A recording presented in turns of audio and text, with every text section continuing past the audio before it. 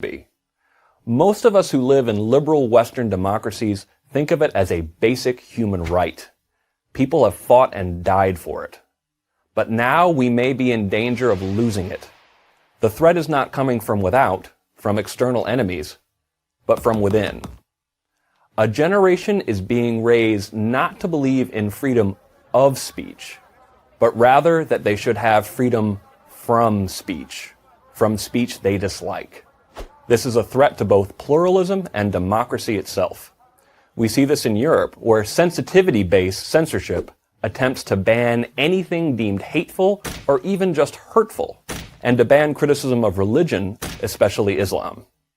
But the United States, despite its strong constitutional protections in the Bill of Rights, is far from immune from the rising trend of suppression of speech, or what is sometimes called political correctness. This is especially true at America's colleges and universities, the place where our future leaders are educated and where you'd expect speech to be the most free. Highly restrictive speech codes are now the norm on campus, not the exception. According to a study by my organization, the Foundation for Individual Rights in Education, FIRE, 54% of public universities and 59% of private universities impose politically correct speech codes on their students. And thanks to recent Department of Education guidelines, 100% of colleges may adopt speech codes in the coming years. How bad is it? At a public campus in California on Constitution Day in 2013, a student who also happens to be a decorated military veteran was told he could not hand out copies of the Constitution to his fellow students.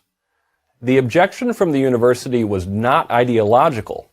It was out-of-control bureaucracy imposing limits on speech.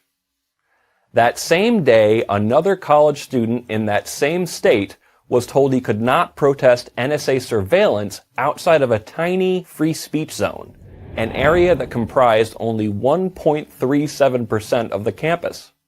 Months later, college students in Hawaii were told both they could not hand out the Constitution to their fellow students, and that they could not protest NSA policies outside the school's free speech zone. FIRE took these colleges to court, but the fact that we had to shows you how bad it has become. Recently, students and sympathetic faculty have joined forces to exclude campus speakers whose opinions they dislike. At FIRE, we call this disinvitation season, although the season lasts all year round. Since 2009, there has been a major uptick in the push by students and faculty to get speakers they dislike disinvited.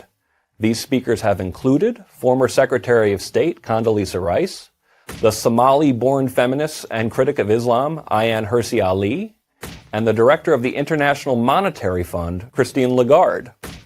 And that's only the obvious part of the disinvitation problem. Few conservative speakers are invited to speak at colleges lest they have to be disinvited later.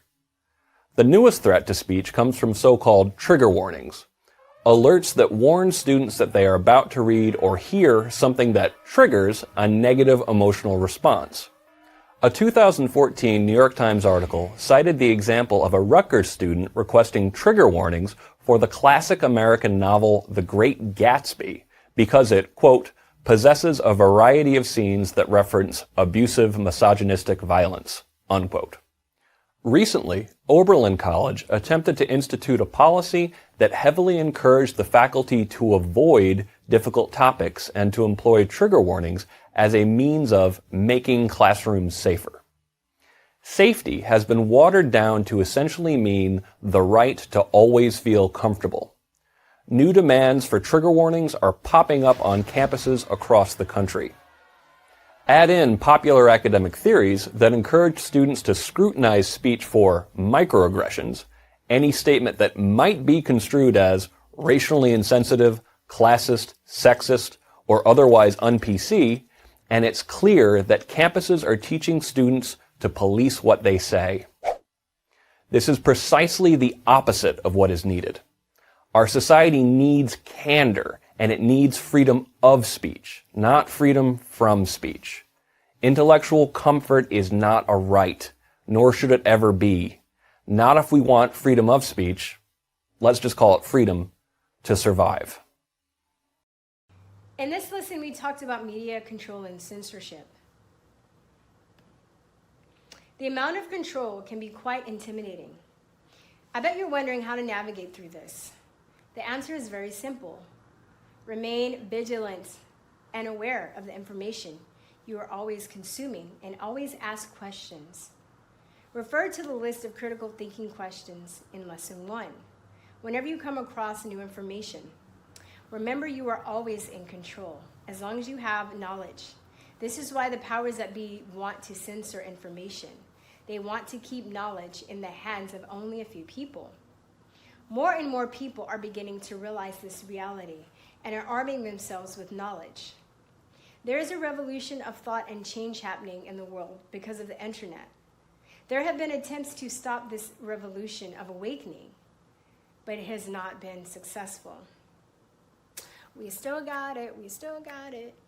It hasn't been successful. It's not, they're close in some ways, but it seems like the cat's out of the bag with a lot of stuff. And also, I feel once people realize that they're being lied to about other things, that the people that are in authority that they used to look up to, they're not going to believe them anymore. So they're gonna, even if they censor the internet down and then what's left of these authoritarian figures that they know lie to them, they're still going to seek out information somewhere else. So, yeah. Ha ha, that's what they get. Okay. There's a famous poem by Gil Scott Heron titled "The Revolution Will Not Be Televised." So it's kind of like a poem, but it has like music in back of it too. It's not a song, but it's like kind of like a spoken word. I guess some people entitle it like a rhythmic jam, all right? But it was a rhythmic jam that served as an unapologetic wake-up call to anyone who thought they could gain their freedom by sitting on the sidelines.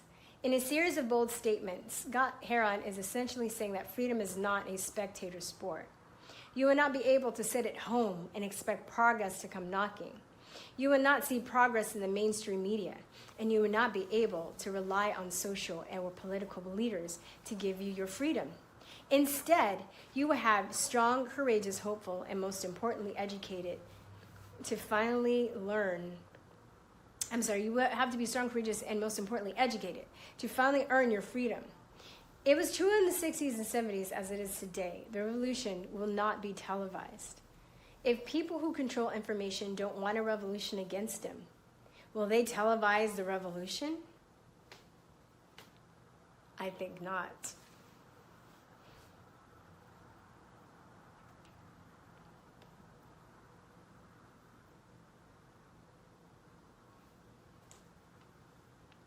All right, so you guys, I left that "The Revolution Will Not Be Televised" in the links. You should listen to it.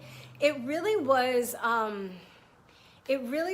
aimed or written for the purpose of civil rights, and when like Jim Crow and all that stuff was going on, and in the 60s, that was like the main focus and the main purpose. But I really think that it applies to now as well, because we're going through another revolution in this country. And so if you listen to it, there's probably lots of old references to things that were going on back then, but just try and see how you can relate it to what's going on today. Because, honestly, it's not going to be televised, especially if the controllers don't want, don't want a revolution against them, right? Are you going to tell on yourself? Are you going to encourage people to attack you? No, I understand why. I don't agree with it, but it's not going to be televised, and it's something that, we're not going to watch on TV. It's something that we have to be a part of. So, all right, so questions. Have you experienced any of the conundrums that Charmath is talking about when using social media? So that was a clip of the Indian guy that who used to work for Facebook. Okay, what are ways you think your life will improve if you were to stop using social media? Have you guys ever stopped using social media for a week or so? Have you seen what impact that's had on your life, negative or positive? If you can, maybe you should try it and see what happens, see how you feel about it. Maybe an interesting experiment, all right? Do you think your life will improve or will it get worse if you were to do that experiment? Is it easy to stop using social media? You think it's easy? You should try. I'm really encouraging. I mean, I can't like make you guys, but it would be interesting, right? To experiment with yourself and see if it's easy, if it would have an effect on your life, right? If you were just for like a week, just start for a week, see what happens. Maybe longer, right? What other examples can you find of the media manipulating the truth or staging lies? There are many, right? I brought up a lot in this module, but can you find any examples now where you're watching the media and one, on one end they say one thing and then maybe you find out that a totally different thing is going on in reality, right? It would be interesting. If you're watching TV or watching something, look for those things and see if you can pick them out. It'll be a fun little game that you can play for yourself or with yourself. So, all right, guys. All right, guys, that's it. That ends this module. I will see you in the next module. And peace out. Bye. Mwah. You will not be able to stay home, brother. You will not be able to plug in, turn on, and cop out. You will not be able to lose yourself on Stag and skip out for beer during commercials because the revolution will not be televised. The revolution will not be televised. The revolution will not be brought to you by Xerox in 4 parts without commercial interruptions. The revolution will not show you pictures of Nixon blowing a bugle and leading a charge by John Mitchell, General Abrams, and Spyro Agnew to eat hog maws confiscated from a Harlem sanctuary. The revolution will not be televised. The revolution will not be brought to you by the Schaefer Award Theater and will not star Natalie Woods and Steve McQueen or Bullwinkle and Julia.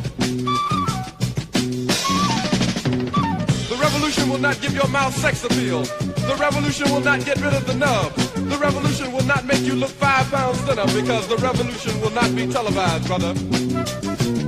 There will be no pictures of you and Willie Mae pushing that shopping cart down the block on the dead run or trying to slide that color TV into a stolen ambulance. NBC will not be able to predict the winner at 8:32 on report from 29 districts. The revolution will not be televised. There will be no pictures of pigs shooting down brothers on the instant replay. There will be no pictures of pigs shooting down brothers on the instant replay. There will be no pictures of Whitney Young being run out of Harlem on a rail with a brand new process. There will be no slow motion or still life of Roy Wilkins strolling through Watts in a red, black, and green liberation jumpsuit that he has been saving for just the proper occasion. Green Acres, Beverly Hillbillies, and Hooterville Junction will no longer be so damn relevant, and women will not care if Dick finally got down with Jane on Search for Tomorrow, because black people will be in the street looking for a brighter day. The revolution will not be televised. There will be no highlights on the 11 o'clock news and no pictures of Harry R. Women liberationists and Jackie Onassis blowing her nose. The theme song will not be written by Jim Webb or Francis Scott Key, nor sung by Glenn Campbell, Tom Jones, Johnny Cash, Engelbert Humperdinck, or The Rare Earth. The revolution will not be televised. The revolution will not be right back after a message about a white tornado, white lightning, or white people. You will not have to worry about a dove in your bedroom, the tiger in your tank, or the giant in your toilet bowl. The revolution will not go better with Coke. The revolution will not fight germs that may cause bad breath. The revolution will put you in the driver's seat. The revolution will not be televised, will not be televised, will not be televised, will not be televised. The revolution will be no rerun, brothers. The revolution will be live.